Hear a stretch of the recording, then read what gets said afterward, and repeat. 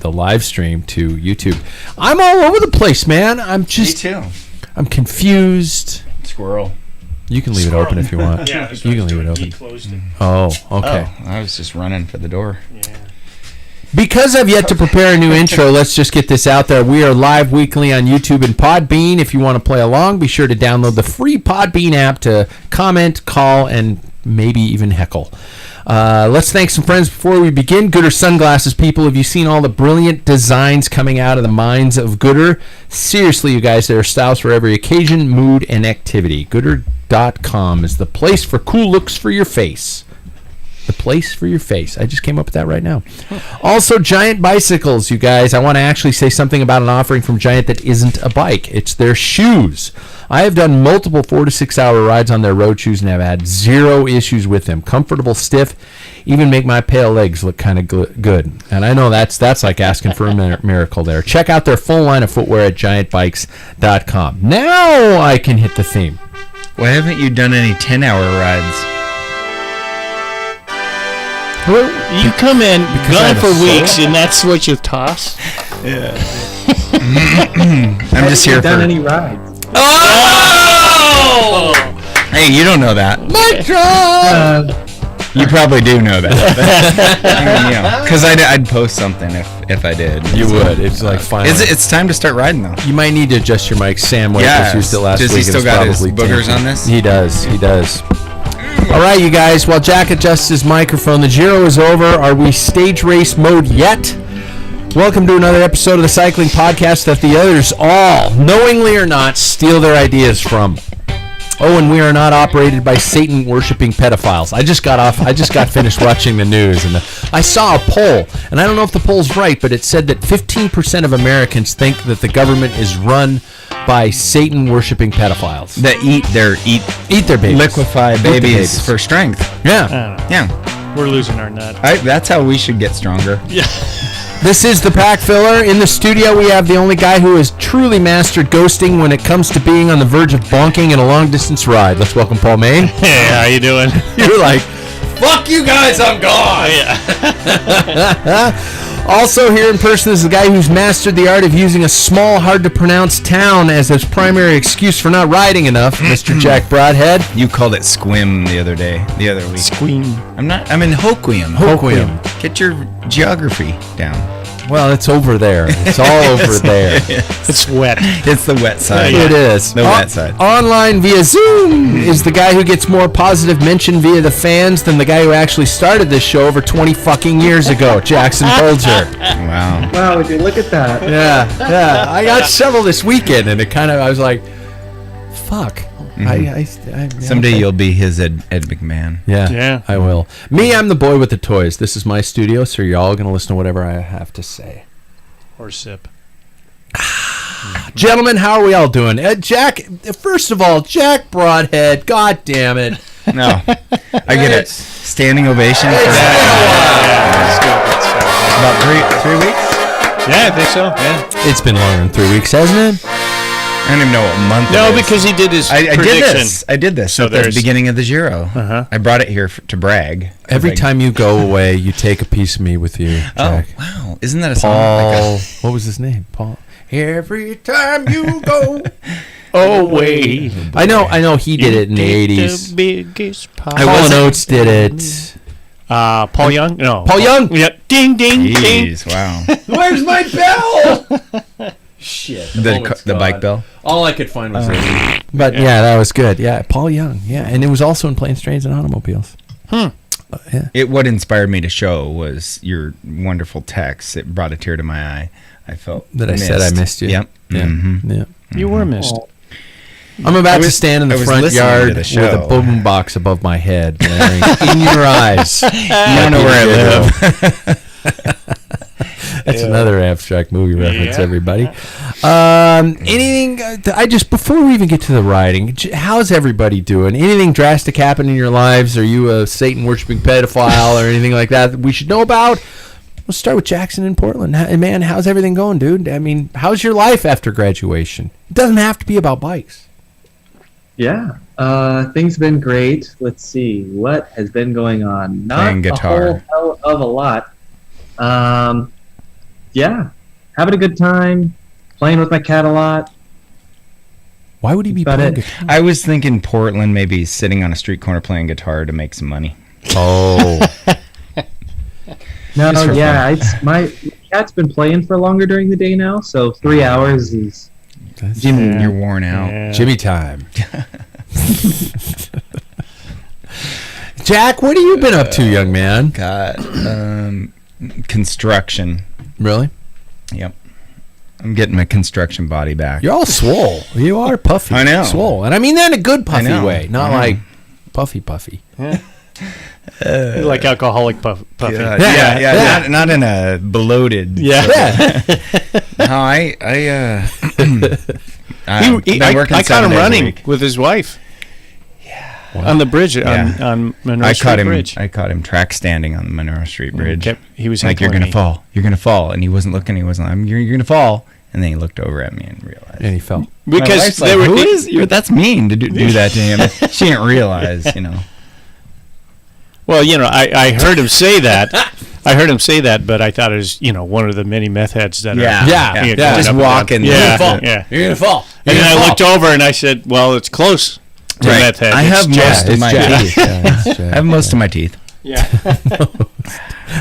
How? Let's get to it then. How did the ride week go, everybody? I'm going to start with myself. I had a pretty good one. Tuesday, I did hill repeats. I did. I did an actual structured workout. Wednesday, I did the mountain bike race. My tech skills still kind of suck. But there was climbing in this mountain bike race, and I never thought I would honestly say that I need climbing in a mountain bike race to catch up to the other guys. But I do. Wow. That Well, means it's you're all- fit. Well, I don't know if it's that I'm fit. It's just that I You're have- fitter. You're fitter. I was Maybe. just gonna say that. Yeah, and I don't have platform pedals and Adidas. You don't and huck full off at suspension jumps and- bikes. Yeah, exactly. I'm not saying that. Well, yeah, And you're riding a hardtail. yeah, See, that's half of it. yeah. Saturday, I did 105 miles. I'm not fucking around. And Monday, Paul and I did 7 hills. So I'm feeling. I do want to brag that I saw the scale dip down to 194. Holy shit! Wow. Now, mind you, that was after the 105-mile ride, so I was probably pretty Dehydrated. fucking dehydrated. So Took one bottle. I'm on probably like 212 now, but there we go. So, guys, how'd the ride week go? Paul, you want to Paul, start out? Well, Tuesday I had off, my rotating day off, and so I went out, and it's traditional on Memorial Day weekend that I go visit my dad's grave. Oh, So I good. went by right on. the Veterans Memorial Cemetery out there, which is part of the Troika Loop. So I did the Troika Loop, and then so that was a good ride solo. Pushed it pretty hard, and then Saturday we got together, and I did 81. I started my Yeah. Wahoo, a little late, but everybody else got an extra 5 miles, but doesn't matter to me. It does a little bit. No, Really? no, it's all about effort. Okay. And then so we got towards the end of the ride, and it was a warm day for us, wasn't it? Yeah. Yeah, so we stopped off at this Seventh-day Adventist church to grab water, and guys were bathing and stuff, and I'm like, I can't wait, I'm gonna seize up, So I rolled out really slow, and unbeknownst to me, Pat flatted. Yeah. And I just you said, had the well, only- once I went around the corner, I said, screw it, so I put the hammer down. Yeah. No, Yeah, that's not Mike true. Meyerly. I waited for another guy, Luther, sorry. came up, and Yeah. we rode in together. But, We had a group ride. We did a Packfiller spirited ride, long ride though. It wasn't like a true like race kind of thing, but it was yeah, thanks to good the fucking ride. Waple brothers. Yeah, the Waples were flying. Yeah, we were in the wake most of the time. Yeah. Let's face that. Yeah. Those guys, for those of you who were paying attention last week, Sam was on the show last week. They're training for that insane 300 and unofficial fucking from Bellingham to Spokane in one stretch. And how old are they? They're strong as fuck. I don't have that kind I of think energy. Sam's 30. David is in that area. Yeah. 30. Yeah. Yeah, I know, don't have right? that kind of energy. Why are they hanging out with I asked that about Jackson. It's like, why are you guys hanging out with all of us old shit? Yeah, I know. Well, I'm not going to go that far. Yeah. Forget it. Yeah. X. Hey, you boy. Yeah. Jackson, you need to find some younger people. You need to let go.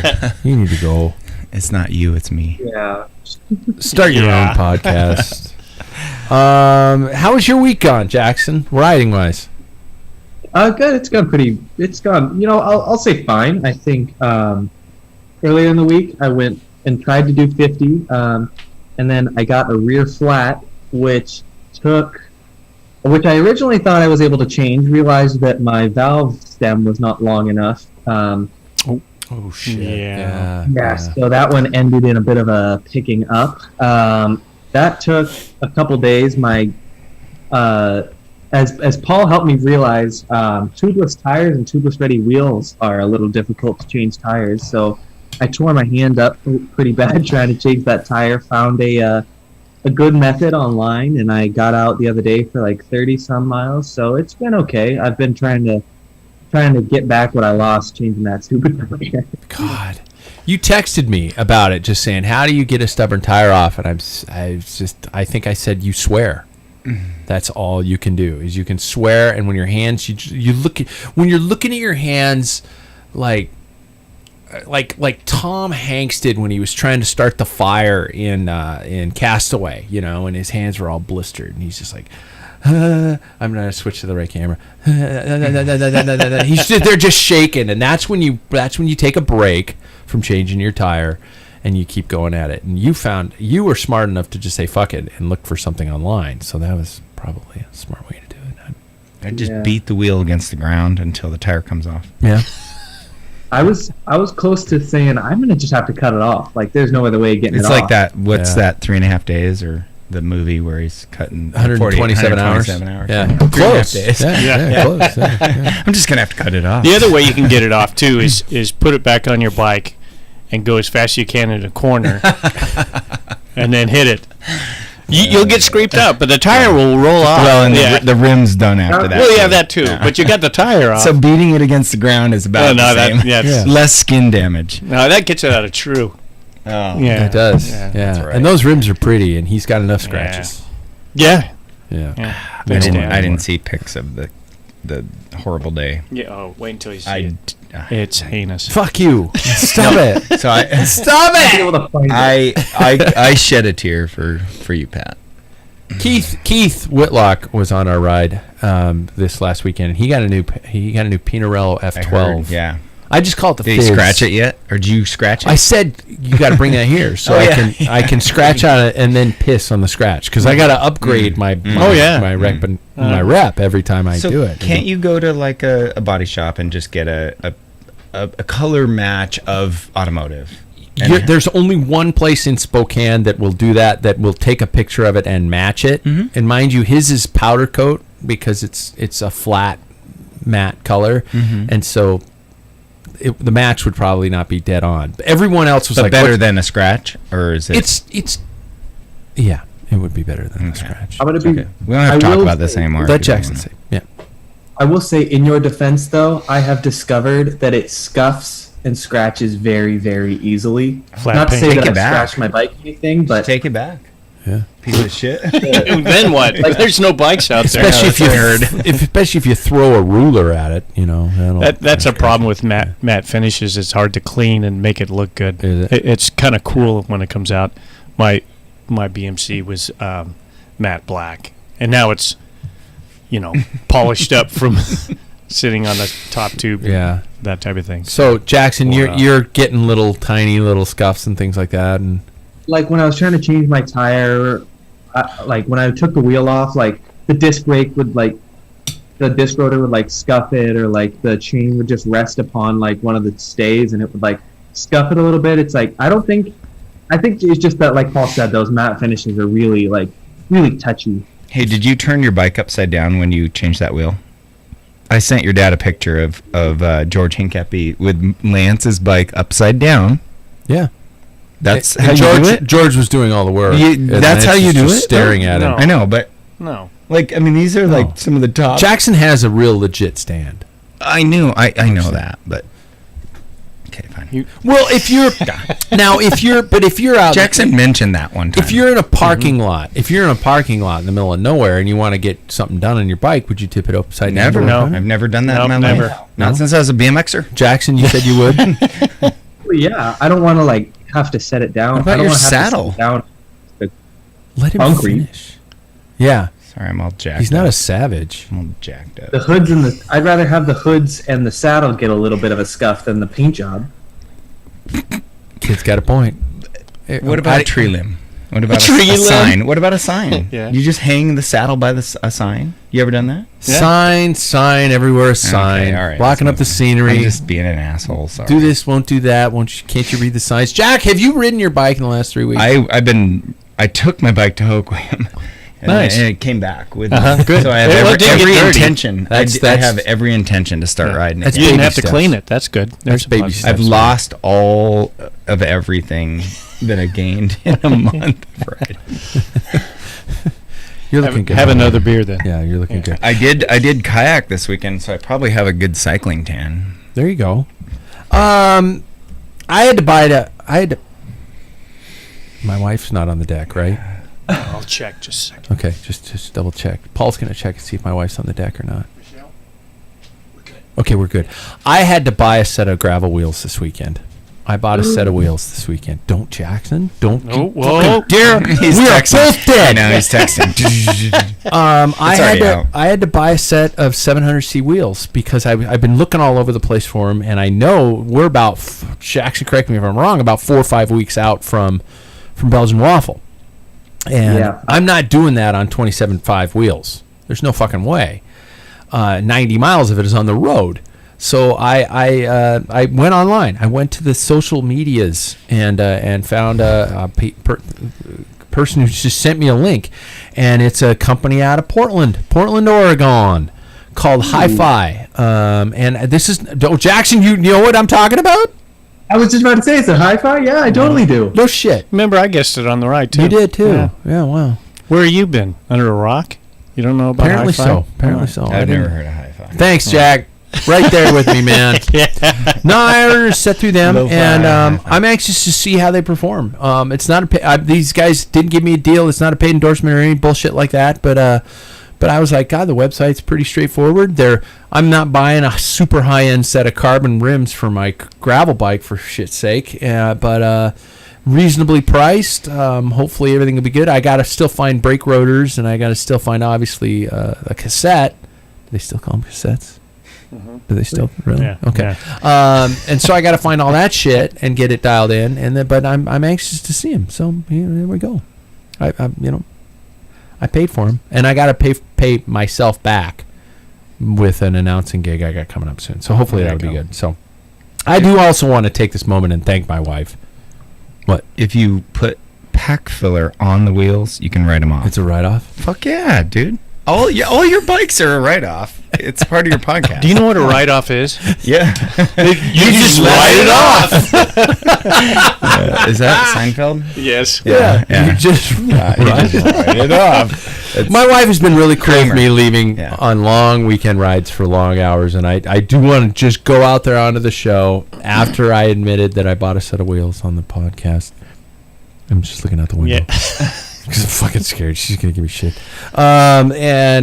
Because I go out for these long rides, and I come home completely just destroyed and useless, and she's been like, oh, well, you're training. I'll let you do this for a while. So it's been nice. Did you get your countertops done? No. Oh. I got one of them in, and then we were going to not keep it. And then now she's back to deciding if she wants it or not. So Okay. All right.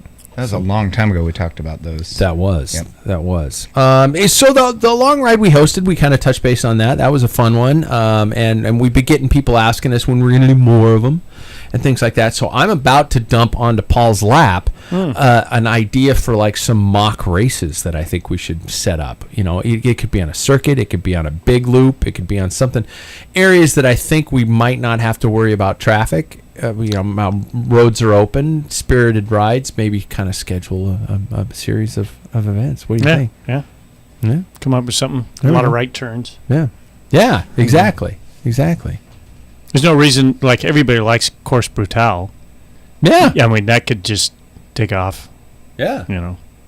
It'd be kind of fun. Mm-hmm. Not that I'll be there, but Why won't you be there, Jack? it's probably too far already for me.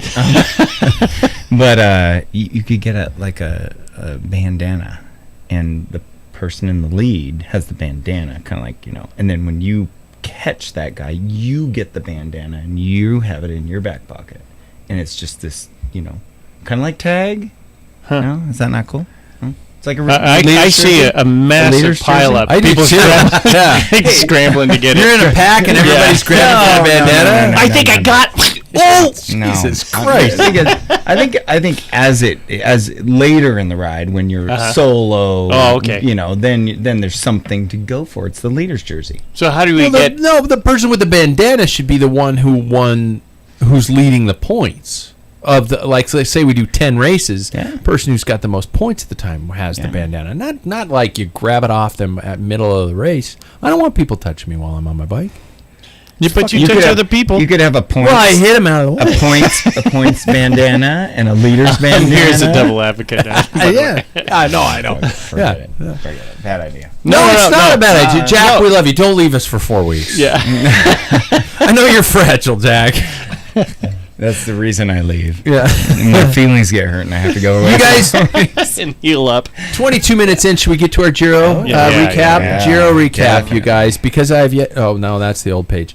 I have there were some people who played along with us, and I want to call out Tyler Steinley. I hope I pronounced your last name right, Tyler. This guy put together. It's hard to read because I printed it out in super small font. A total spreadsheet of the stages, of the points, of who did what. That's page 2. This is like there's this, and then on the back is another thing, and the thing with the thing. I copied and pasted off of Pro Cycling Stats. He put a full fucking thing together. So, do we want to kind of speed through the stages and everybody can tally their own points and we can see if Tyler is actually as accurate as I fucking think he is? I think he is. So Go ahead, Jack. Go, Jay. for first, you get 5. 5. correct? Yeah. For second, you get 3. Second was 2. 2. And that was Okay. overall, right? And third No, was per 1. stage. Oh, stages. Per Sorry, stage. overall was 40. And third That's was right. 1 point. Overall, now, let's look at Tyler's thing. For what does it say for overall? I think it might be over here. Tyler, and he probably quotes me more. First overall, I just had 40 points. I don't know if I Yep. gave second and third place overall. No, you did not. I don't think I did. We'll change that for the Tour I've de got France. it. And so what was his next? Because I have it written down also. Sprinter was 20 points, and and climber. climber was 20 Yeah. points. Yeah. Okay, so that's what we got. And then the stages are 5, 5, 2, and 1. Okay, so by the way, we'll change this for the Tour de France. I did this. We're baby stepping here, but I think we're all learning together, and it's a wonderful experience. And everybody doesn't get a fucking medal when it's over because that's bullshit. Bad parenting. So, do you guys want to see how you rank against Tyler's point totals? Yeah. Yes. Okay, everybody get your math skills out. That's you at home. That's you listening at home. Okay. Stage 1, Filippo Ganna, Eduardo Affini, and Tobias Foss. If any of you have Affini or Foss, you're full of shit. Stage 2, Tim Merlier, Giacomo Nizzolo, and Elia Viviani. I did get a point from that one. I'm just not going to say that right. But That was your 1 point that you had last yeah, week. that was it. Stage 3, Taco Vanderhorn, David Chimolai, and Peter Sagan. So but we didn't so that was just a 1 point deal. Okay. 5 For no, if you yeah. if you got a cigar. 5, 2, and 1. Yeah, if you got Sagan, you got 1 point. Yeah. Stage 5, Joe Dombrowski, Alessandro De Marchi, and Filippo Fiorelli. By the way, this is a fun way to hear Pat just brutalize last names. Stage 5, Caleb Ewan, Giacomo Nizzolo, and Elia Viviani. I put a little emphasis into the ones that I did well on. Stage 6, Gino Mader, or Mader, whatever. Egan Bernal. Fuck. And Dan Martin. Stage 7, Wait, what?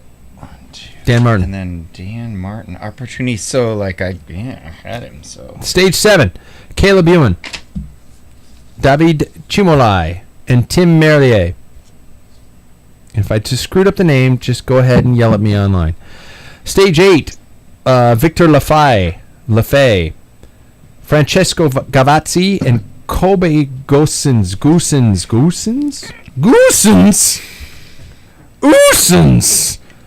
Stage 9. Egan Bernal. God damn it. Okay, so Giulio Ciccone and Alexander Vlasov. Jackson, yeah, might need to take some points there. Stage 10, fucking Peter Sagan. Fernando Gaviria, and I think that was the stage he finished without a saddle. ooh, Yep. And thank God he didn't just Sit. plop it right back down. Yep. That's the one that. No. What stage was that? This is stage 10. And then who was the winner? Peter Sagan. No, that wasn't the stage. Okay. No. Third was David Chumulai. Stage 11, Mauro Schmid. Mauro Schmid? Sounds like a... it's a really sexy name. Really, I was going to say it sounds like something from Young Frankenstein. Oh. Mauro Schmid. Alessandro Covi and Harm van Hoek. Harmed him. Nearly killed him.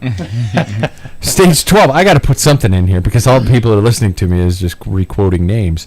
Andrea Vendrame, Chris Hamilton, and George Bennett. I got one. Somebody picked George Bennett. I did. Yeah. Stage 13, Giacomo Tizzolo, This is the stage where. Eduardo Affini, and Peter Sagan. Yeah. Stage 14, Lorenzo Fortunato. That was... See! Now we know what Alberto Contador sounds like when he's orgasming. That's a thought. Oh, mi amore! Yeah. See! I can't unhear that. Eduardo No. Affini. Peter Sagan. Did I say Third this one place, already? Peter. Yeah, Peter Sagan. Wait, what I might have said that stage already. Fuck. Yeah. That was 13. 14. Oh, you're right. 14 was Okay, so scratch Fortunato. that one. 14 was Fortunato, Jan Tratnik, and Alessandro Covi. Stage 15, I never would have picked Victor Campenarts. I was glad to see him win the stage, though, especially for his team, because that team, I think, just kind of came together at the last second, and they're getting some damn good results. Oscar Riesbeek and Nikias Arndt. Stage 16, I was thinking of a smart-ass comment, and I just let it go. Stage 16, Egan Bernal. Fuck! Roman Bardet, Damiano Caruso. Stage 17, Dan Martin, Joao Almeida, and Simon Yates. Ooh. Well, you know, my name is Simon, and I like to do drawings. Are you looking at my Cheeky monkey. bum looker? Stage 18, Alberto Bettiol, Simone Cassoni, and Nicholas Roche. I was glad to see Nico get up there. Stage 19, Simon Yates, Joao Almeida, and Egan Bernal. I'm done with my points at 16. Oh, yeah. It doesn't happen anymore. Stage 20, Damiano Caruso, Egan Bernal, Daniel Martinez. And finally, stage 21, Filippo Ganna, Remy Cavagna, and Ediardo Affini. All right, Affini. I am Affini. I am Feeney with those names. All right. Now. I got it. Okay, thank you. Yeah. Feeney. So, should we just reveal Well, you didn't do the how overall close you on are? that Oh, yeah. Overall, first place gets 40 points. Yep. So if you pick Egan Bernal, you get first. Yep. If you pick the sprinter, you get 20 points. And if you pick the person who wins in the climber's jersey, you get 20 points. I want to see how close. I think Tyler's more accurate than us. Okay, should we start let's just go the bottom 9 here. Right? I don't want to go to bottom 10. Bottom 9. In 9th place, apparently with 12 points, is me. Hang on. It gets better. In 9th, I got 12 points. And I think, Paul, you and I will have something to say here. Yeah. In 8th place, with 16 points, Is that about right? Mhm. Is Paul Main. Yeah, thank you. Thank you Yeah, very much. Paul and I think we said before the show started that you and I took the high road. We're trying to be Yeah. just like, hey, Not we don't even want to no. bandwagon Yeah, this. yeah. And, And we're it would in be control. it'd be like, if it would have worked out our way, we'd Yeah. look like geniuses. Yeah, but Yeah. I picked So- Vincenzo Nibali as a opportunity. So if he would have won, I'd fucking feel good too. Yeah. Are you just trying to make everything better for you, Jack? No. You're trying to just gloat? In 7th place, in 7th place with 67 points. Well, we're way off. Yeah, from 16 to 67 Wow. is Karsten Hagen. Well, Karsten. what? Sons of bitches. In 6th place with 71 points. Club Packfiller member Eric Murdoch. Eric Murdoch. You're going to be picking a prize here soon. In 5th place with 77 points, Bruce Johnson. Oh, Bruce. Fan of the Packfiller team, Packfiller, remember. In 4th place, I hope I'm correct with this, with 83 points, is Jackson Bulger. Yep. Jackson's nodding. He's agreeing. 83 points. Jackson coming home with 4th. 3rd place with 1 point higher is Ann Farawila. I always fuck up her name, but Ann Farawila from Tri-Cities. She's the only woman currently on Team Packfiller. By the way, that is a call to the Kudos- to the girls out kudos there, to her. to the ladies out there. Come join. Ann kicks ass. And says she doesn't want prizes, but she should probably contact me. In 2nd place with 89 points, Tyler Steinley. Wow. Tyler, the man who put the document together with 89 points. And ladies and gentlemen. My God, that's why. Wow. Yeah. I'm getting a beer. With 94 points Holy shiz. is the one. By the way, Paul, you had 16, I had 12. Jack Broadhead had 94 points. All it takes is All it takes is being near your mic. 4 stages. Yeah, just be near your mic. I don't know what it takes. Oh Jesus! Is that the ice cream truck? That's your victory song. Woo! Oh, it repeats. Shit, I didn't want it to repeat. Jack, how the hell did I do you do get it? 94 Jesus points? Christ. I've watched bike racing my entire life. You just don't ride. Yeah. Well, I gotta be nice to you. I gotta be nice to you. I don't know. Did you have anybody not drop out? Or did you have anybody drop out of the entire... Vincenzo Nibali crashed out. No, he didn't. No, he didn't. He finished. didn't? Yeah, he finished. Oh. Yep. I think it was in a stage 6 crash that. Yeah, he did crash, I didn't and- see him ever again. And he but- crashed like 2-3 weeks prior to, and he had a broken wrist. Okay. So He was my free choice, Yeah. but like even Dan Martin was my opportunist, and he like he won opportunist? stage- Yeah. So I bandwagoned Sagan, I bandwagoned Bernal. Yates was like an unknown but Bernal was an unknown with his back injury. He hadn't done shit for a year and a half, right? Well, he did shit in a lot of races already this year, though. But I mean, but he like hadn't proven to become, and that was a big worry with 3-week tour. So Yeah. I don't know. I'm a studier of all right, we'll see. We'll see who The tour when is gonna be way- Yeah. Top Well, 3. I'm bringing my game for the tour now. What's that, Jay? I'm bringing the game for the tour. I'm not going to be nice with the tour. No. And we got to. And by the way, everybody who listens to the show, especially if you're on the super secret probation Packfiller Facebook page, let me know other categories I think I should include, because I think we should include probably first, maybe even Podiums top, on the top finish. podium, Well, I was or thinking- even top 5 for Yeah. podium points. Nah. No, just 3. Top 3. Because I tell you why. in I don't my wanna be opinion. adding It's points. because it gets silly after. If you're not a podium racer, you watch these guys.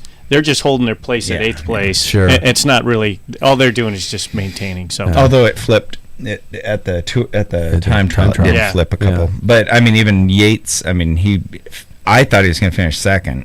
And that's who I picked first and second, which doesn't happen like in a million years. Should we Yeah, you're should like, we incorporate in future challenges a mid-race transfer where you can pick different riders? No. So if they drop out, they drop out. If they crash out, you're fucked. There's no timeout or replacement in cycling. Like if it's soccer, you get a couple of. Then this is cycling. He just wants a 9th stage Richie Port. Yeah, freebie. Actually, what I don't want to do is tabulate all these results. Tyler, by the way, I will give you swag if you do this again, man. Dude, that was for this fucking spreadsheet.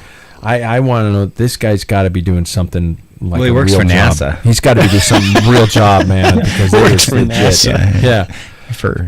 So Jackson, Tyler, and Ann get the prizes. Mm-hmm. Did I go 3 deep? I think I went 3 deep. Jack, you get nothing. I like it. Beer. I got a beer. All right. I only brought one beer. I'm brewing here in about a week, so once the beer's on tap, you can help yourself. I'm probably going to do something straightforward. I'm not going Belgian because my Belgian ales. I'm not a monk. Yeah. I'm not bald. I'm not wearing a fucking brown robe. And you're celibate though, because I know. I am. Oh my god! Especially when she finds out about the wheels. Yeah, that's what I was directing towards. Wow. Yeah. What's that, Jay? I was actually a miracle. You were. So you should have named him Jesus. Yeah. So for the top 3 guys, I'm going with mugs, a pair of socks, or Gooders, or a jersey. The jersey I'd have to order, but you get to pick the people who won. You get to pick, and we'll get out the stuff to you. And I know a lot of people are, by the way, sitting at home going, "Where's my fucking swag box?" I promise, I've just been waiting for stuff to get here so I can send it all out in one shipment. I don't want to. I'm a broke high school teacher, and sending things out in multiple shipments is bullshit. So if you're a local and want to come by and pick up your stuff, I think I'm gonna just put a box out on my front porch that just says Packfiller. Like on that ride on Seven Hills, it says eggs $5 a carton. Yeah. It's just sitting out there. Put a box out there. The sun? Yeah. No, they have a little shade over. It doesn't matter because you don't wash them. They're protected by their own. They're not going to hatch. No. Well, they could be. We'll find out if they're open it up. It's just a box of dead chicks. Sorry. Hey guys, Giro. If you had to pick some highlights, if you had to pick 1, 2, maximum 3 highlights of the Giro, what would be your highlights? What moments of the race would you say this was fucking awesome this year? I love this. Jackson Bulger, you get to go first. I think for my own personal sake, I think seeing Sagan win a stage at a Grand Tour and the Ciclamino as well was a big deal for me. I was pretty happy with that. I also think my other 2, first seeing Intermarché and Taco Vanderhorn win a stage, to see the pure jubilation on his face, that was pretty special. And then lastly, I think Bernal was at another level. He had 2 iffy stages, but other than that, it was like I said it watching it on the couch. It's like it was over week 2. Like I knew that he was going to win it when he shot off on that gravel climb. I think he's back, and I'm interested to see his Vuelta. They left it open for the tour, though. They're like, he won't do it. No, he said that's okay, because they kind of like at first, but no, it's not closed. decided. Yeah. Okay. Yeah. Good surprise. Paul, you got any? I liked. There was how many? Like, I don't know the number, but tons of first-time winners of a Grand Tour. It was like 10, 11, 12, or something like that. I can't remember. Campenarts was a great win. I thought that was a great kind of fun battle to watch towards the end. Nozzolo, after having 130 Grand Tour starts, and I can't remember how many seconds, and he finally got one. That was great. And he did it with massive style. That guy shot out like it was a headwind, and he just like launched. That was his day. So, yeah. Jack, what do you got for us? Caruso was amazing. And Caruso gives certain riders hope that. I mean, he was solid. He wasn't even picked as the team leader going into it. His team leader, crashed. What? Yeah, I missed stage 6. So there was a bunch of crashing. Yeah, so Landa went down with, I can't remember who it was. It might have been Dombrowski. Yeah, Dombrowski tried to ran into the guy with the little flag saying there's an island here, and then it's stacked up. But you know, Caruso does give hope for other guys, and I'm wondering how many guys are going to sweep out their leaders so they could do a Caruso. No shit. But I mean, so Ineos was like, I shouldn't say was. I mean, it wasn't surprising, but they were so incredibly dominant in Martinez, the final time trial. I mean, they just, everybody else was, a couple steps down. So they were all cylinders, and it's kind of frightening to like look at that as almost their, I don't know about B team, but like, not the tour team, but there's still guys that won't make the tour team that are really, really good. They've still got that much depth. So, and I watched something. So I watched 2 stages live, like at 3 a.m. I was awake for some fucking reason, and I started with time stops and Hakeem. But anyway, but okay, so that and just the Ineos, not Ineos. So they are like, they're the team that everybody is going to now strive to be, and they have no apologies about it. It's like, well, why are we, why do we have to be at a certain level and you guys can't come to our level? Why can't you pursue the money? Why can't you? So the interview with their director or David Brailsford. Yeah. I mean, there's genuine emotion. I guess I was never a Sky fan. I was never an Ineos fan, and that kind of like, oh my god, they've like created a machine that is worthy of Renault, Laviclaire, or super team. Yeah. So anyway, Postal, that's my takeaway. Postal. I mean, all that. I mean, they've followed the lead. I think Ineos more than any other team just buys up talent, and you mentioned Martinez, and I know Jackson last year. We're talking about this guy is fantastic. He's going to be great for EF. And what happened is, if he was on EF right now, he would. I bet you anything. It would be a different deal. Yeah. So Martinez had a fantastic. He got dropped once on working really hard, and he bridged back up and then pulled, Bernal all the way up to the top again. That was a really exciting stage. Yeah, it was. I mean, he tore everybody. The people on YouTube and I are the only ones who see Jackson's face right now, and he's just going, we'll let him go. Yeah. No. I think on the idea of Ineos, I think another honorable mention needs to go to Filippo Ganna on that last stage. Thank God. When he flats, gets a new bike, and still wins the entire stage. Yeah. He was that far ahead that he could have flatted. Yeah, like, that's stupid how insane he is at this. And for him to be the perfect domestique for any GC leader. Yeah. That's what a 62th chainring does for you. That's what he had. And a gigantic power he can crank it. Machine. Yeah. I was going to ask you guys about, well, that was my highlight. He was truly one of my highlights because I just love seeing big guys just crush it because I want to be a big guy. How about his, what's that called? Aero Coach wheel that they got banned like the morning of the final time trial. Did you hear about that? I didn't. No. So they have, like, on the quick release skewer, the UCI deemed that as like an add-on, an attachment to the quick release to make it aero, and they said, nope, you can't use that. Oh, shit. So, but it's one piece, but it is an aero like quick release. Does it assist in removing the wheel though? Yes, it does. But they said you put an addition. They're interpreted it's the way I understand integral into like the skewer and design. And somebody said it is. That's part of their design of the skewer. So there's that. And then, are you going to mention about intimidation today? No, I wanted you to bring that up. Let Jackson go. He's perking up too. Yeah, no, Jay, go. I watched on the GCN show today, actually, them talking about it, and there is no, like, they didn't say the specific cause of it. Like, for instance, Cy Richardson was saying that he was thinking that that Sagan didn't like when Jackson somebody was going. Jackson, I hate to interrupt you, but just take this farther, a couple steps back for those of us who don't know what the incident was and things like that, and give us a little bit more perspective into, because I didn't know until Paul told me.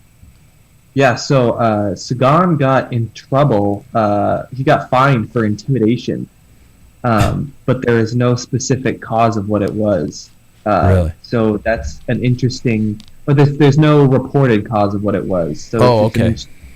Paul's raising I his can hand. kind of fill it in. So on the last stage that a sprinters could score points, a breakaway of 12 or more went off, and none of them were in threat of Sagan's Chiclamino. Chiclamino. Yeah. So at that point, Bora took over, and anybody who tried to bridge up, they would shut down. And at one point, I think there was one. They actually have it on camera where somebody tries to bridge up, and Sagan personally goes up to him, and then says something. And the guy goes back. And they're like, no, that's not going to happen. That's not intimidation. That's Bernardino in a capsule. Yeah. I mean, that's been going through the cycling peloton. forever. Yeah. So anyway, Jay, keep going with it. So there you go. Where you left off. Sorry. No, yeah.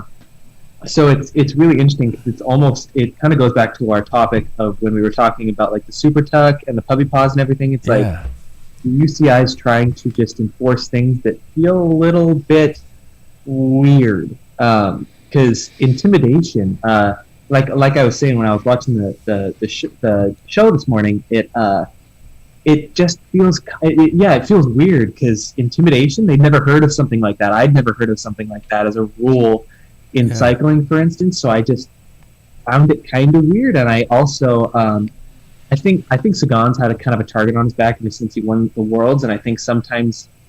Obviously, I'm saying this because I may be a bit biased towards him, but I've found that sometimes a lot of the fines he's found himself in those type of situations, which is interesting. Is he putting himself in those situations, or is he kind of have that target on his back? I don't know, but I think it's an interesting idea now that the UCI has been cracking down on these weird things. What a weird rule to suddenly come out of nowhere with. I mean, my God, I mean... There's so many other... Voldemort himself intimidated people into borderline suicide. Yeah. And on and off the bike. Yeah. I don't know if that rule was made after that point, because that's certainly a time with Simone that should have applied. But, I don't know. They took 50 points, UCI points away from Sagan and fined him, I think, 1,000 Swiss francs. So... It's been going on. Douglas Osal was that way. Bernardino. There's always a El Patron. Yeah. And that's the way cycling's always been. Now, many salty characters just said they don't really like the way younger guys are racing. They're diving in corners. They're doing, and there's no respect for the, anybody who's a veteran or been into the pack. So, I don't know. Maybe UCI is going to say, hey, we like the way things are going. Yeah. We're not going to allow this, Well, and lawyers, lawyers and sponsors, we talked about money before, but, if and I know the U.S. is very lawyer driven, but, maybe there's certain things written in a document that the UCI is willing to enforce and show enforcement for money. Whether it's not to pay money or to gain money. Yeah. So, yeah. F1. Yeah. There we go. Exactly right. Any disappointments you came out of the Giro with? I mean, my first one that popped into my head was, for example, Joao Almeida and Deceuninck Quickstep putting so many eggs into Evenepoel's basket that things turn into it just fell flat on its face. And I think Almeida is going to be the guy who's like, I'm so happy to be going, and I'm not saying necessarily anything bad about that team. Obviously, Deceuninck Quickstep knows how to win, but they got it wrong this time. I would disagree with you. Would you? Yeah, because Almeida lost a lot of time prior to that, and GC at that point was Remco was sitting up above, and they went in as co-leaders, and that's how everybody's ever, every team, when it was, even La Claire when Le Mans won, that was the thing. There were co-leaders, and Hinault went off on a break, and it changed everything. Yeah. So, how about the coverage? What do you guys think of the coverage? Personally, I will say this right out of the gate: the coverage for me, I truly loved every day of it. I love being able to log on, rewind immediately a live broadcast. I am now watching. Trying to watch the Dauphiné on NBC, and it sucks donkey balls. It is terrible. It is absolutely fucking horrific. And I'm not bashing the coverage itself. I'm bashing the availability of it. The fact that if it ends, it is 2.5, 3 hours before you get to watch the replay of anything like that. And if GCN, who's just breaking into this game, can get a better model than somebody like fucking NBC, something's wrong. I'm sorry. There, off soapbox. Anyway, your guys' thoughts on the coverage? Anybody want to jump into that? Jackson, you want to do it? Yeah, I was pleased personally with the Giro coverage, especially because I have a Samsung TV, and they actually have a Samsung app for that TV. So I was able to get the app on my specific TV. What? Really? Yeah. So, which was, if you have a Samsung Smart TV, they have a specific GCN Plus app, which is really exciting. And I've been watching it through there quite a bit. Oh my God. I had no idea. I was able. I'm still stuck on my iPad. they're working Jackson, on, you're blowing our minds here right now. I know. So they've been working on their Apple TV. Yeah. Apple is one of the hardest apps to break into. If you have an app, there's so many hoops that you have to jump through to get. I'm approval looking of that. over Jack's shoulder to see what brand of TV that. I have a Samsung. Damn it, that's a Sony. But upstairs, I think it's a Samsung. I have a Samsung, but I still do the Apple AirPlay. Yeah. So. But yeah, it's a game changer having it on the TV. I really like it, and especially the fast forward options. You don't really have to worry about watching the whole stage. Like a 200-kilometer stage, you don't want to see the whole thing necessarily in a lot of cases. So I really enjoyed that. And sometimes the analysis, the commentators, the plethora of opinions was really I really liked that. Yeah. Did you watch the breakaway shows before and after? Sometimes. I will say, on that note, I was really interested to hear Bradley Wiggins' perspectives when commentating. I really like that. They have, like Brian Smith and Daniel Lloyd, and they had people on the couch rotating through, so it didn't get stale. It was pretty good. And Orla Genoui, she's great. She's great. Yeah. I mean, she's professional without a doubt. But yeah, NBC, I would go towards the end, and nothing against Rob Hatch, but I really like Matt Stevens. Yeah. And so NBC Gold has that, and it was kind of like delayed a little bit. So I would watch Matt Stevens' commentary towards the end with NBC Gold sometimes, not all the time. But as an app, I agree. GCN Plus. I mean, that there's one stage where they had, there's two apps you could or two programs you could watch for live. One was with the breakaway, and the other one was not. For some reason, the one with the breakaway, if you've tapped onto that, the voices were warbly and cutting in and out and that type of thing. So yeah, wow. And they caught on to it and said, if this is happening to you, go to the other version. So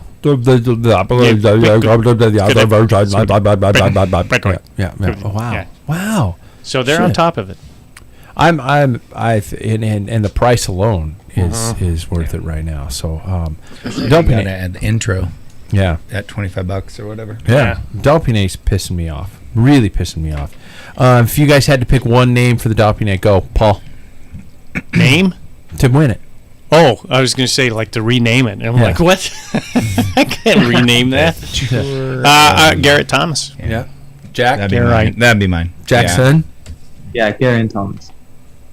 Well, I gotta go against the grain then. Nairo Quintana, fuckers.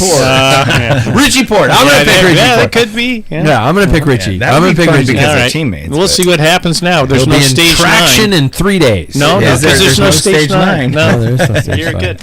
All right.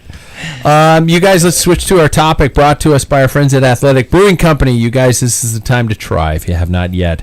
All kinds of new tastes. Give it a shot. Just ordered the Rainbow Wall IPA, a special offering for Pride Month. Check out their offerings throughout our link at packfiller.com. Also, big thanks to Scratch Labs. If you've yet to try the Super Fuel, I have not either, but I am ordering it for preparation for the Belgian waffle ride. I need to drink my calories, and I don't know if you do too. Apparently I do, both on and off the bike. And this looks like the magic elixir here. Check them out at scratchlabs.com. Once again, through the Packfiller link. You guys, I want to talk about fear. I don't think you guys knew what I was going to talk about. No. I'm throwing this out at you. I want to talk about fear. Watching Remco Evenepoel on some of the tricky stages of the Giro got me thinking about how hard it must be for him to recover from such a dramatic crash. And we look at Chris Froome getting dropped in the Dauphiné and can't help think that if he had not crashed, he would be drastically different. His life would still be completely, who knows where he'd be. And on the ride this past weekend, I spoke with one of our friends on the ride about a big crash he had suffered in which he had fractured his pelvis. All while his kid was just newborn, and how it has changed his fitness almost permanently. He can't reach the numbers that he had prior to his accident. So first of all, to start, let's do a gigantic collective knock on wood It's to the epoxy. to keep the bad juju off of our conversation. But have you guys ever had, I want to ask, a real scare on the bike, a moment of like, holy shit, I could have seriously hurt myself? And if you did, what was it? How do you recall it? Anybody? Yeah, mine was, I think I talked about on the show, is a really bad crash in a crit, Manitou crit in the Washington Trust Classic. But I did massive manhole damage. cover. Yeah. So it kind of rattles your cage. I didn't have any broken bones. I've never broken anything. I guess my collarbone.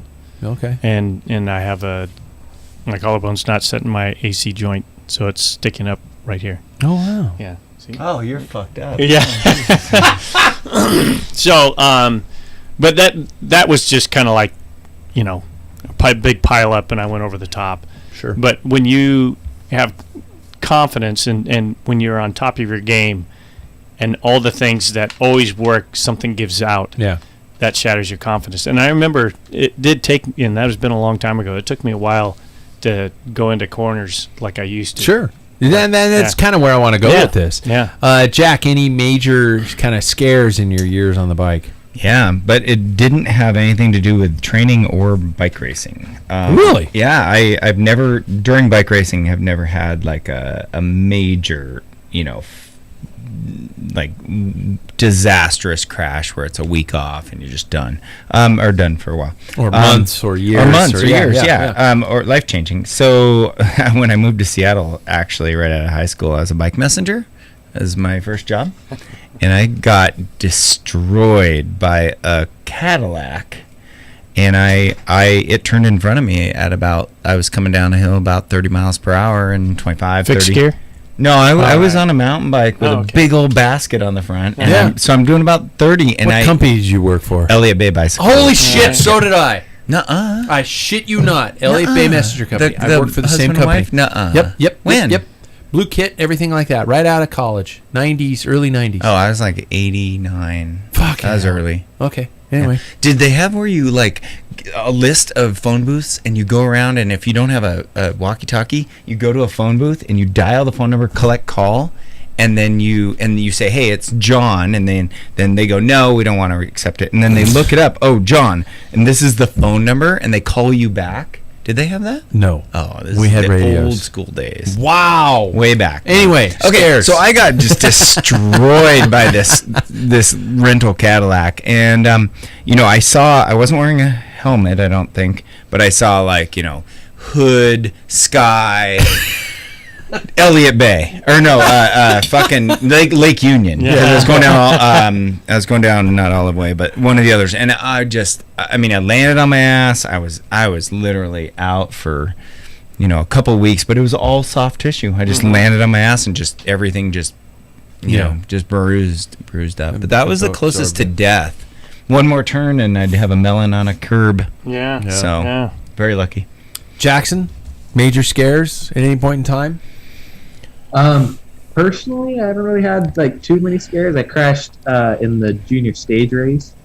That was it. Just a few scuffs, no broken bones. I had a couple soccer injuries, but I think last summer when we were coming down Mount Spokane was my scare. Yeah. When Roger went down,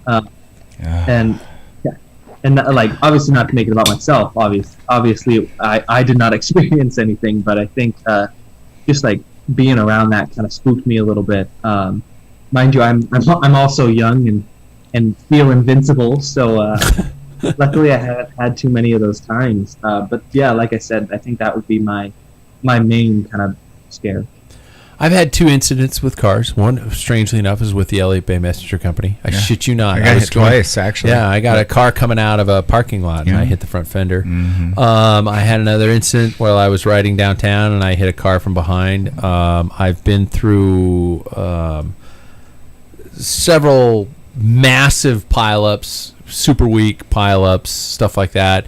There was one, I think I told the story on the show, where I just cringed and got through, and I looked and there was a human tooth in my lap from the crash that I had ridden through.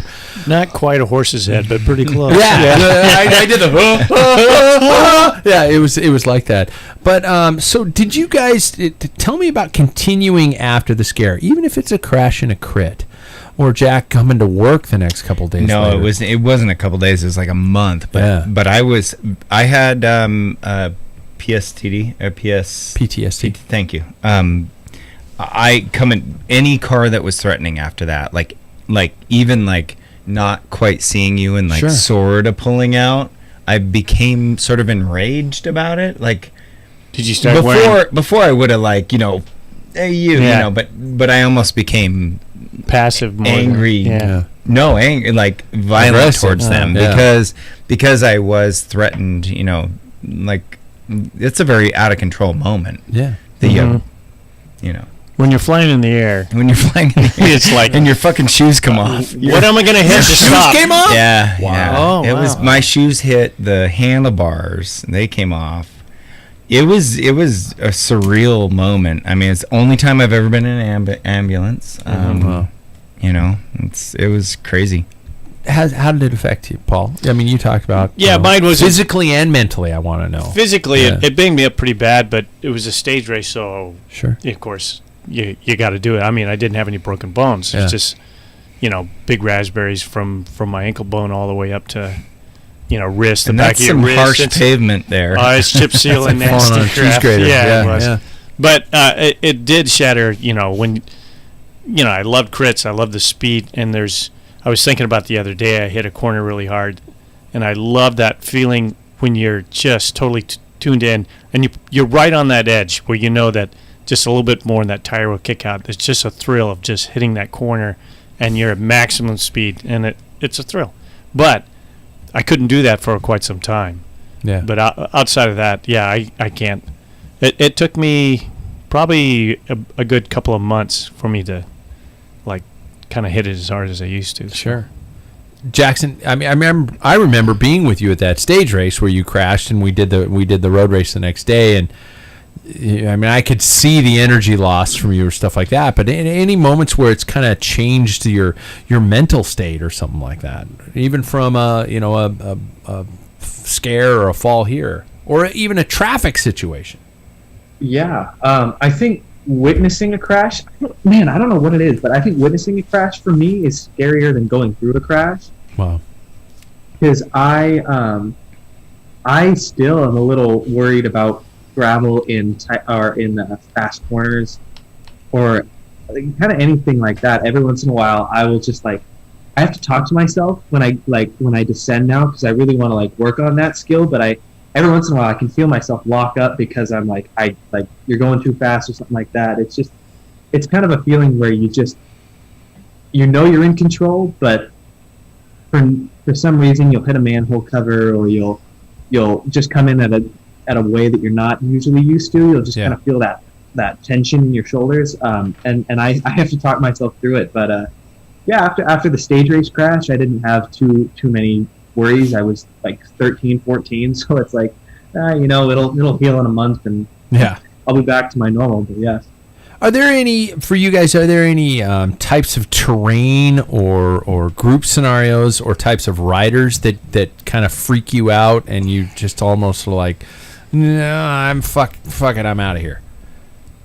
Riders, terrain, things like that. Jackson, I know that for a long time when you were younger, I don't know if you're still the same way, those single track trails kind of cut into the side of a hill. You always were really kind of uncomfortable around those. They wasn't a terrain style you liked. And so you were always I don't want to do this shit. Yeah, I still have a little bit of fear around that, to be honest with you. It's weird being able to look to your right and seeing like a gigantic drop off. Yeah. Kind of on that subject of the off-road scenarios. I think sometimes some like mountain bikers are obviously great people. Anyways, but sometimes those tight cutoffs kind of get me a little bit. Yeah. I've had a couple of them in that Wednesday night mountain bike race series where they cut you off a little too tightly, and I'm used to a road race scenario where they pay attention to those types of situations. Sure. So those kind of freak me out a little bit. But. Yeah. Jack, you smiled. Such a nice boy. He is. Because I'd be like, hey, mountain bikers are. No, you'd say, hey, Dick. Yeah. Dick. Yeah, exactly. Yeah. So, Super Week, the graded bridges. Yeah. Any like rain, and it was a feet, nightmare. make a fist. Yeah, because you don't want to crash on a graded bridge. Yeah. But I think later, as that was like junior, first year, senior. Anyway, later in life, I don't know if it was. I kind of enjoyed wet crits. Like where there's paint and there's manhole covers and all that. Yeah. And I tell you, I have been on a starting line of a couple crits where and you'd think this would be like a dead giveaway, but I start letting out air pressure. I'm like at 80 pounds or 75 pounds. And somebody else, some other old guy would do that, being... And it makes all the difference in the world. I mean, there's a lapping, people cannot stay on their bike in 110 pounds on there. Yeah. So I think you're either a bike handler or you're not. So you're either comfortable in that situation or you're not. So, but tell me about some terrains or styles or situations in which you're like, nope, I'm out. Do you guys have any of those? I don't know. To me, it's not so much terrains. I mean, I don't have a thrill out of riding like Terry Prime. Yeah. It was on our road ride on Saturday, and he's asking if I was going to get a gravel bike. And I said, if I'm going to get a second bike, it's going to be 73-degree parallel, probably a cross bike for a winter bike. And that's about it. And he starts talking about, the different parts of gravel, and it's like, I have no interest. That doesn't even interest me. Really? When you have to slow down to pick your line, that's not my type of riding. I mean, for a lot of people, that it is. I just want, square heads down and go. But I think for me, more than anything else, is reliability on the equipment. And that's why I like working on my bike. And I'm particular about what kind of tires more than anything else. And apparently brakes. Too. Yeah, you got to think about brakes right here. Somebody. So if you get a cross bike for gravel, are you going to go? I'll go disc. No, okay. I'll go disc. Okay. Yeah, that makes sense. I mean, for those applications, it's fine. I mean, I see you getting a gravel bike, cross bike, to preserve the BMC. That's right. Not because the BMC can't do it. That's well, and that's what Terry said to me, and he goes, "Well, what about this?" And I said, "Terry, the gravel that I ride is the stuff like in Ron Von Palouse, and I've won it 3 times on this very bike with these very wheels on there. Why would I need anything else?" That's the type of riding I would do on gravel. Sure. But to me, it's like you were talking about crits and letting out air pressure and all that.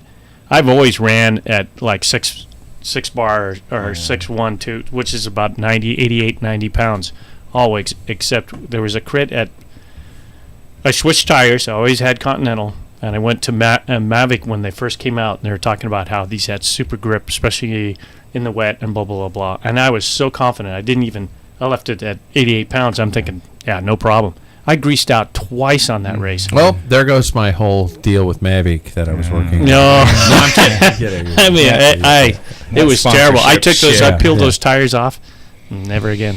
Threw them in the dumpster. Yeah, I did. Like I didn't Daniel look at it. Caruso and the Karate Kid. I got a free hammer thing of hammer because I crashed twice and still That's worth it. finished. Yeah, because electrolytes will help that Yeah. skin. Yeah, I had to hand it away. That You hammer rub doesn't rub do it so in. well. Yeah. You rub it in. When I know it's stuck some. up. I know some riders, not to name any names, who've basically, with the dangers of cycling on open roads, that they and the racing itself, that they've actually quit road cycling and mountain cycling, and they've switched to like virtual platforms. Could you imagine being? I mean, I know we all have to have the empathetic mind where we have to try and put our perspective into that of somebody who's gone through some very horrible crashes.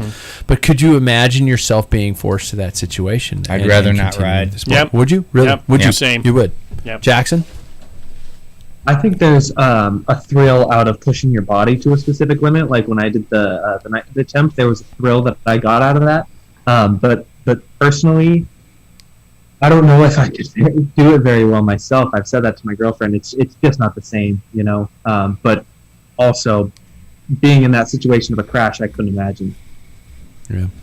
How about the fear of having your goals fall short? When you've trained your ass off for something, and you obviously didn't achieve that level or that status that you were striving for, and these are all kind of personal things, and everybody's going like, "Oh, boo hoo, you didn't." Gut check.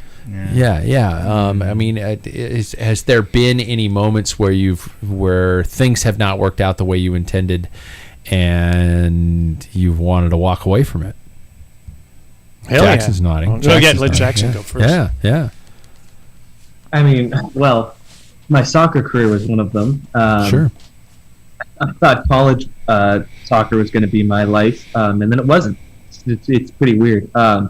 And I will say, in terms of cycling, of course, I'm now 22 years old. I've been trying to be up with you guys for so long, well, like kind of 22 years by this point.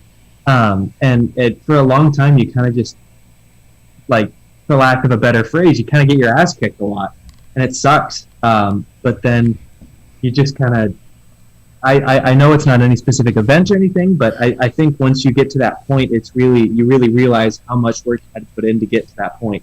So I'm now finally reaching that point where I feel like I can be there in those race scenarios, which is I'm excited about. Sure. Paul, you were going to say something? Yeah, I have fallen short for 36 years on my goals. So, but I've always had the saying, it's like there's always next year, and that's what's unique about this sport, because even at 58, you still have a chance, if you want to put in the effort and stuff. Now, cycling is a hard sport to be very successful in, unless you do drugs like Lance. But there's wait, what? Yeah. Lance did what? No, I just opened my hand. I just kind of flipped my hand out. It wasn't a point, Jack. You came into this room swole. You had to turn sideways in the doorway, man. You're fucking doping. Yeah. But that's the beauty. The beauty for me for cycling is there's always another level. You will never be on top. There's always another level. Every time I moved up in category, or you go to a bigger race, you're like, Jesus, I've got so much more work. It never ends. And if you don't like that, this is not the sport for you, in my opinion. Yeah. You're going to get your ass kicked all the time. You're never going to be a total winner. If you do, you're slacker. Or you're a doper. Or a doper. Yeah. I'm thinking of one person in mind right now. Yeah. I've had way more failures than successes. I mean, like way more, like 90%, fails for some. So you sit back and you go, I mean, you could on one hand count proud moments, Sure, 2 hands, whatever, but that's what like certain people, hard-headed, whatever you are, want to achieve is that, because the feeling of the one success, I was going to say trumps, but I did. He took that fucking word. He's long gone. I know, it's fucking. So what's the new word? But it totally stomps 80 fails. Yeah. The one.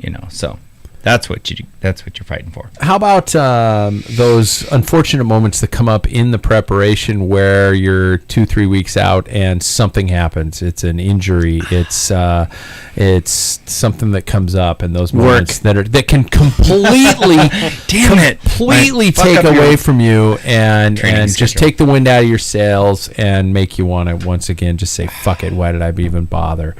I've had some just the weirdest little injuries that come up at different times that happen, and it's just, that's it. I think some of it's mental, just like you're analyzing everything. Oh, my knee hurts today. Fuck, my knee hurts today. I don't know, man.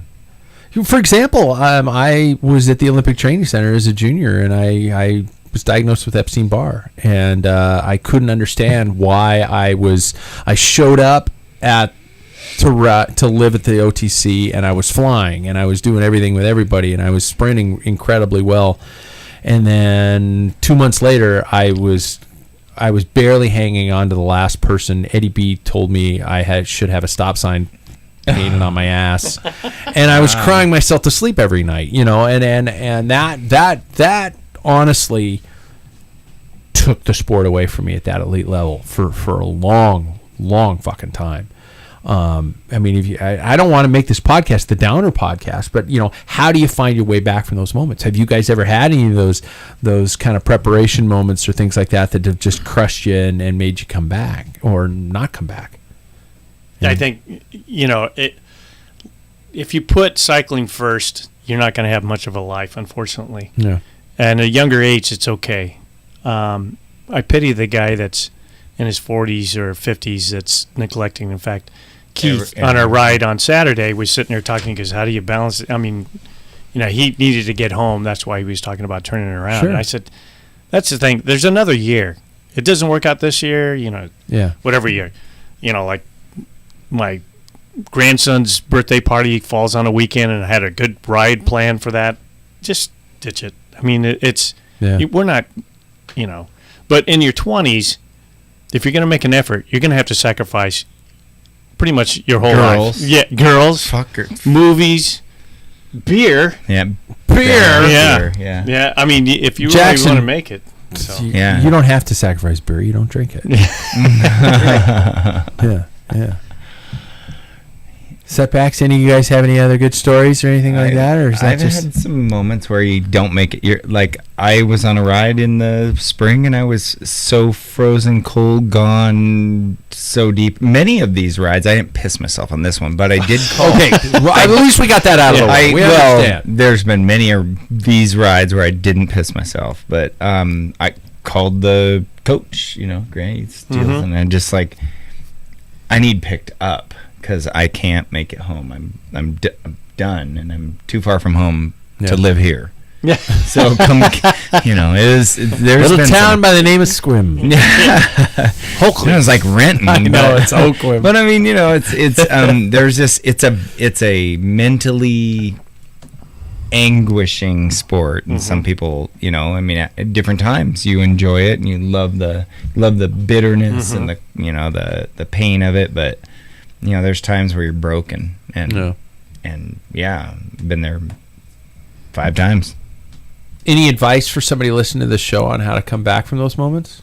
I think you have to be mentally strong. You got to really want cycling to continue on. You're going to have those moments like Jack, and you could do one or two things. Just say, screw it, I'm done. I'll pick up basket weaving or whatever. Golf, fucking tennis, golf.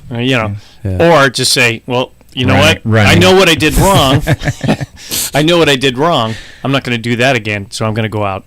I mean, you challenge yourself. I mean, This is truly, even though it's a team sport, there's a lot of times you're on the edge, and you got to challenge yourself. And that's what makes the sport really unique. I think as somebody who's had to stop a sport because they've lost the love of it.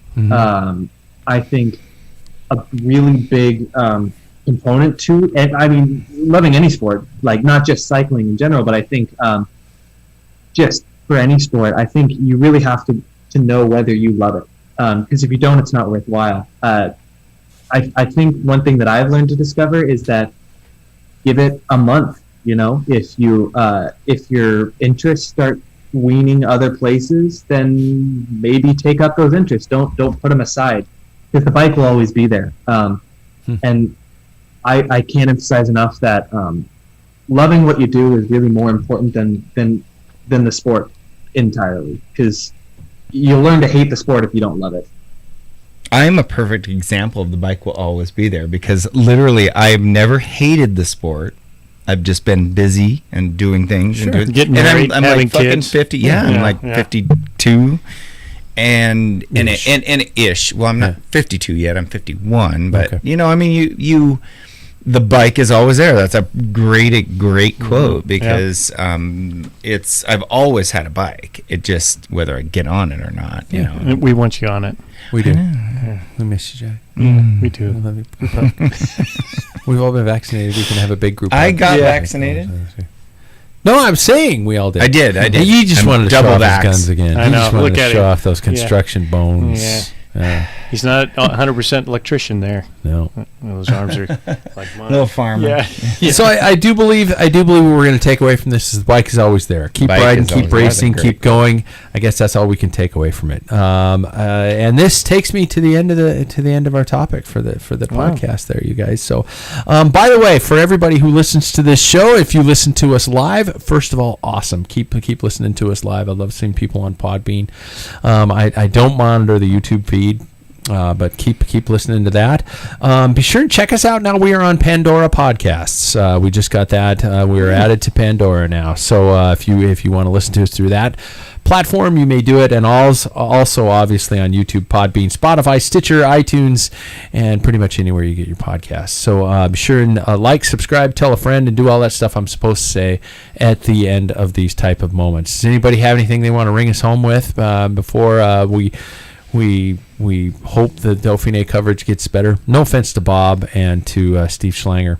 Every time I hear Steve Schlanger's name, I think of the most recent... No, I think of the most recent Mad Max movie. Oh. And there was a girl who kept calling Max, "You're nothing but a Schlanger." Oh. Schlanger. Oh. And I'm like, I wonder if what is that's a that? bad thing. I'm going to Google it.